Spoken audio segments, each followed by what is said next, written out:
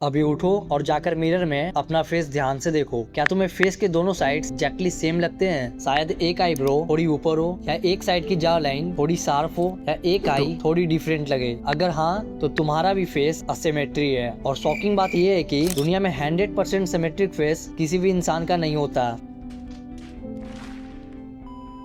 लेकिन कभी कभी ये सिमेट्री इतनी नोटिसेबल हो जाती है कि ये अपीयरेंस और जा दोनों को बुरी तरह से इफेक्ट करता है। तो इस वीडियो में हम डीपली समझेंगे फेशियल सिमेट्री क्या होती है, इसके साइंटिफिक कॉजेस क्या होते हैं, इसके डिफरेंट टाइप्स क्या हैं, and last how to fix them. So let's start. Chapter 1।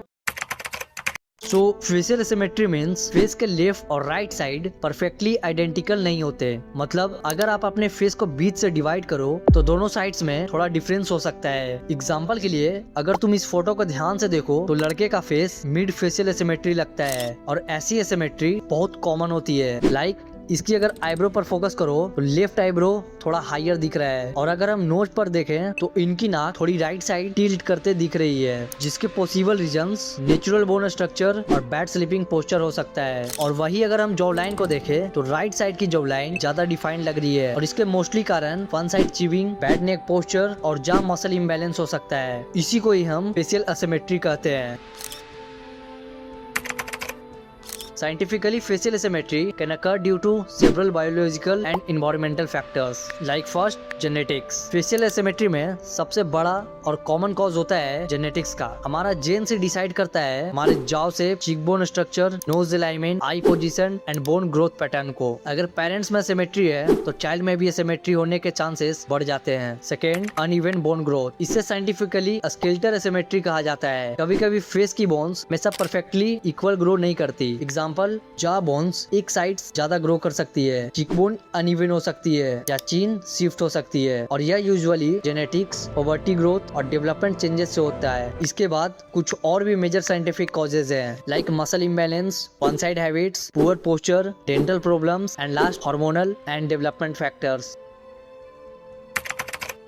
Facial asymmetry mainly 3 major types की होती है। First, skeletal asymmetry. ये एसिमेट्री फेस की बोन्स स्ट्रक्चर से रिलेटेड होती है। इसमें jaw uneven, cheek bone difference, chin shifting and नोच टिल्टेड हो सकती है, और इसके मेन रीजंस जेनेटिक्स और अनइवन बोन ग्रोथ होते हैं। बट ये यूजुअली परमानेंट टाइप होती है क्योंकि ये बोन से रिलेटेड होती है। Now second, muscular asymmetry. ये एसिमेट्री फेस की मसल्स इम्बैलेंस की वजह से होती है। इसमें एक साइड का स्माइल डिफरेंट लगता है, आईब्रो हायर होती है और चीक्स अनइवन लगते हैं, and its main causes are one side chewing, facial habits, muscle weakness and bad posture. But good news is इसे हम एक्सरसाइजेस और अपने हैबिट्स के दम पर इम्प्रूव कर सकते हैं। और लास्ट इज डेंटल एसिमेट्री। ये टीथ और जॉ अलाइनमेंट से रिलेटेड होती है। इसमें बाइट अनइवन होता है, टीथ क्रॉक्ड होते हैं और जॉ अलाइनमेंट बिगड़ सकती है। Causes poor teeth alignment, jaw development issue, etc. But the solution is go to genuine and trusted dental clinic. Now our last chapter is what's the solution.